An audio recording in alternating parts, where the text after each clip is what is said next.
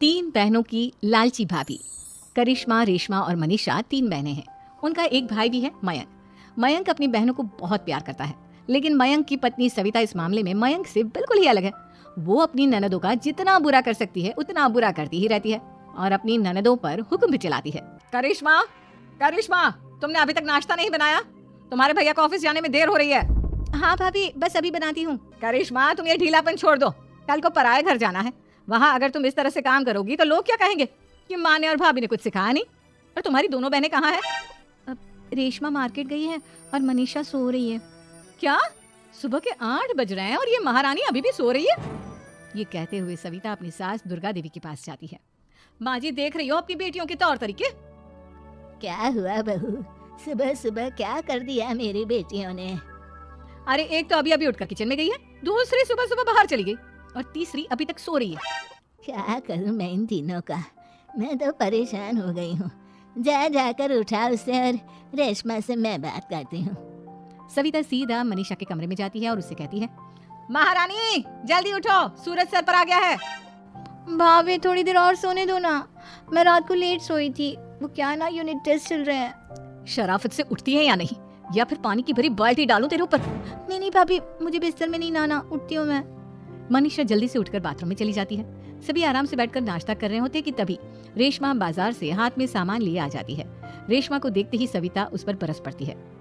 लो, आ गई महारानी। ऐसा भी क्या सामान लाना था जो सुबह आंख मलते ही बाजार की तरफ रवाना हो गई? भाभी, कल आप ही तो चीख रही थी कि घर का सारा सामान मुझे ही लाना पड़ता है, घर में किसी को भी किसी काम से कोई लेना देना नहीं है। अब मैं बाजार जाकर सामान ले आई तो आपको इस बात से भी तकलीफ हो रही है? देख रही हो माँ जी, अपनी बेटी की जुबान कैंची से भी तेज चलती है। और मयंक, आप तो कुछ कहेंगे नहीं अपनी लाडली बहन को। रेशमा, अपनी भाभी से ऐसे बात नहीं करते, चलो माफी मांगो। भैया, मैं क्यों माफी मांगू? आप भाभी से बोलिए ना कि हम पर कम हुक्म चलाया करे। हम इस घर की बेटियां हैं और आपकी पत्नी की ननद है, नौकरानी नहीं। लो कर लो बात। इनकी भलाई के लिए कुछ भी बोलो तो इन्हें बुरा लग जाता है। इस घर में यही इज्जत है मेरी। देख लो माँ जी, आपकी बेटी किस लहजे में मुझसे बात कर रही है। सविता वहाँ से चली जाती है। मयंक को बहुत गुस्सा आता है, वो भी वहाँ से चला जाता है। फिर करिश्मा रेशमा को समझाती है, रेशमा, तुम्हें भाभी से माफी मांग लेनी चाहिए थी ना। लेकिन दीदी, मैंने कुछ किया ही नहीं, तो मैं माफी क्यों मांगू? हाँ करिश्मा दीदी, रेशमा दीदी जैसी ही घर में आई भाभी ही उन पर चिल्ला रही थी। हाँ, मैं मानती हूँ कि गलती भाभी की थी। मैं तो इसलिए बोल रही हूँ कि भाभी ने माँ को तो पूरी तरह अपने वश में कर लिया है। वो हमारी बात सुनती ही नहीं। मयंक भैया हमारे लिए हमेशा खड़े रहते हैं, इसलिए उनकी बात का मान तो तुम्हें रखना चाहिए था ना। कोई फायदा नहीं दीदी, कुछ दिनों की बात और है, भाभी उन्हें भी हमारे खिलाफ भड़का देंगी। फिर वो भी माँ की तरह हमारी किसी बात का विश्वास नहीं करेंगे। इसी तरह सविता अपनी तीनों ननदों को किसी न किसी बात पर परेशान करती रहती थी। एक दिन मयंक अपनी तीनों बहनों के लिए गिफ्ट लाया। करिश्मा, ये तुम्हारे लिए हार का सेट। रेशमा, तुम्हारे लिए सुंदर सी ड्रेस। और मनीषा, तुम्हें किताबें पसंद है ना, तुम्हारे लिए किताबें लाया हूँ। थैंक यू भैया। थैंक यू भैया, थैंक यू भैया। करिश्मा, तुम्हारा नेकलेस कितना सुंदर है, ये भैया कहाँ से ले आए होंगे? मैंने भैया को 3 दिन पहले फोन पर ये डिजाइन दिखाया था और आज भैया ये ले आए। सविता तो अपनी ननदों के गिफ्ट्स देखकर जल गई और करिश्मा का नेकलेस तो उसे भी बहुत पसंद आया था। अपनी बहनों के लिए कितना अच्छा नेकलेस लेकर आए हैं, मुझे कभी कोई गिफ्ट नहीं दिया। मैं आज ही ये हार चुरा लूंगी। रात में सविता करिश्मा का हार चुरा लेती है और इसी तरह उसे अपनी ननदों की जो भी चीज अच्छी लगती वो उसे मांगती नहीं, बल्कि रात के अंधेरे में चुरा लेती। इसी तरह दिन बीतते गए और सविता ने मयंक के दिल में भी उसकी बहनों के लिए नफरत पैदा कर दी। एक दिन मयंक ने करिश्मा और रेशमा के लिए रिश्ता देखा और ये बात उसने घर में सबको बताई। माँ, करिश्मा और रेशमा के लिए बहुत अच्छा रिश्ता आया है, वो लोग कल इन्हें देखने आ रहे हैं। आप और सविता मिलकर सारी तैयारी कर लेना। ये सुनकर करिश्मा और रेशमा खुश हो जाती हैं, लेकिन सविता सोचती है, अगर इन दोनों बहनों की शादी हो गई तो घर और बाहर का काम कौन करेगा? मनीषा तो 1 नंबर की कामचोर है, उससे तो किसी बात की उम्मीद लगाना ही बेकार है। मुझे इस शादी को रोकना होगा। अगले दिन सभी लड़के वालों के स्वागत की तैयारी करने में लगे होते हैं। तभी मयंक अपनी बहनों से आकर कहता है, तैयार हो गई तुम दोनों? देखो, दोनों लड़के बहुत अच्छे हैं, मैं कोई कसर नहीं छोड़ना चाहता, इसलिए तुम उनके सामने अच्छे से बिहेव करना और अपनी भाभी से लड़ने मत लग जाना। करिश्मा, तुम वो नेकलेस पहन लो ना जो मैं तुम्हारे लिए लाया था। भैया, मैं बहुत देर से वो नेकलेस ढूंढ रही हूँ, लेकिन मुझे मिल ही नहीं रहा। क्या? तुमने नेकलेस खो दिया? तुम्हें पता भी है वो कितना महंगा था? तुम कोई काम ढंग से नहीं कर सकती। मयंक गुस्से में वहां से चला जाता है। थोड़ी देर बाद लड़के वाले भी आ जाते हैं। वो दोनों बहनों को पसंद कर लेते हैं और रिश्ता पक्का हो जाता है। लेकिन सविता के दिमाग में तो कुछ और ही खिचड़ी पक रही थी। वो पंडित जी के पास करिश्मा की कुंडली लेकर जाती है और उन्हें पैसे देकर करिश्मा की कुंडली बदलवा देती है। जब लड़के वालों के पास करिश्मा की कुंडली जाती है तो वो दुर्गा को फोन करते हैं। बहन जी, हमने करिश्मा की कुंडली अपने पंडित जी को दिखाई थी, आपकी बेटी की कुंडली नहीं बल्कि दोषों का पिटारा है।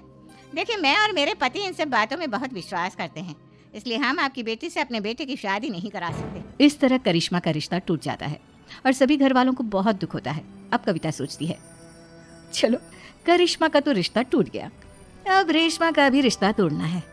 क्या करूं क्या करूं?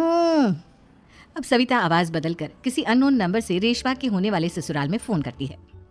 हेलो, मैं कौन हूँ कौन नहीं ये आपके लिए जानना जरूरी नहीं, बस इतना सुन लो कि रेशमा का 2 साल से किसी के साथ अफेयर चल रहा है। बस रेशमा का रिश्ता तोड़वाने के लिए सविता का इतना कहना काफी था। अब रेशमा का भी रिश्ता टूट गया। मयंक और दुर्गा देवी ने रेशमा को खूब खरी खोटी सुनाई और उससे बार बार उस लड़के के बारे में पूछने लगी। आप दोनों मुझे क्यों परेशान कर रहे हो? अरे कोई लड़का होगा मेरी लाइफ में तो मैं बताऊंगी ना, जब कोई है ही नहीं तो कहाँ से लाऊं मैं कोई लड़का? तो तेरे होने वाले ससुराल वालों को फोन किसने किया था? माँ मैं नहीं जानती किसने फोन किया था, मैं सच कह रही हूँ। मैं तो पहले ही कह रही थी इसकी लगाम खींच कर रखो, लेकिन मेरी सुनता ही कौन है? आप चुप रहिए भाभी, ये सब आपका ही किया धरा है। अब तीनों बहनों को विश्वास हो जाता है कि ये सब उनकी भाभी ही कर रही है। तीनों बहनें अपनी भाभी को सबक सिखाने के लिए एक वकील कर लेती है और घर में हिस्सा मांगना। देखो भैया, माँ बाप की जायदाद में जितना बेटों का हक होता है उतना ही बेटियों का, इसलिए इस घर के 4 हिस्से होंगे और हमें अपना हिस्सा चाहिए। मैंने तुम्हारे लिए क्या क्या नहीं किया और तुम इस घर में हिस्सा मांग रही हो? भैया, आप और माँ हम बहनों की कोई बात नहीं सुनते हो और भाभी हमारी शादी नहीं होने देगी क्योंकि उन्हें लगता है कि आप हमारी शादी में ज्यादा पैसा लगाओगे और उन्हें हम जैसी फ्री की नौकरानी कहाँ मिलेगी।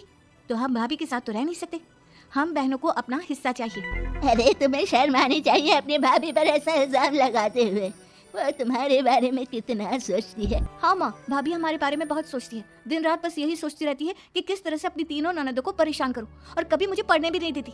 दोनों बहनों का रिश्ता भी तो इन्होंने ही तोड़वाया है और रात में हमारे कमरे में आकर हमारी चीजें भी चुराती हैं। इसी तरह सविता की तीनों ननदें अपनी बात पर अड़ी रही। अब कोर्ट में तारीख भी शुरू हो गई।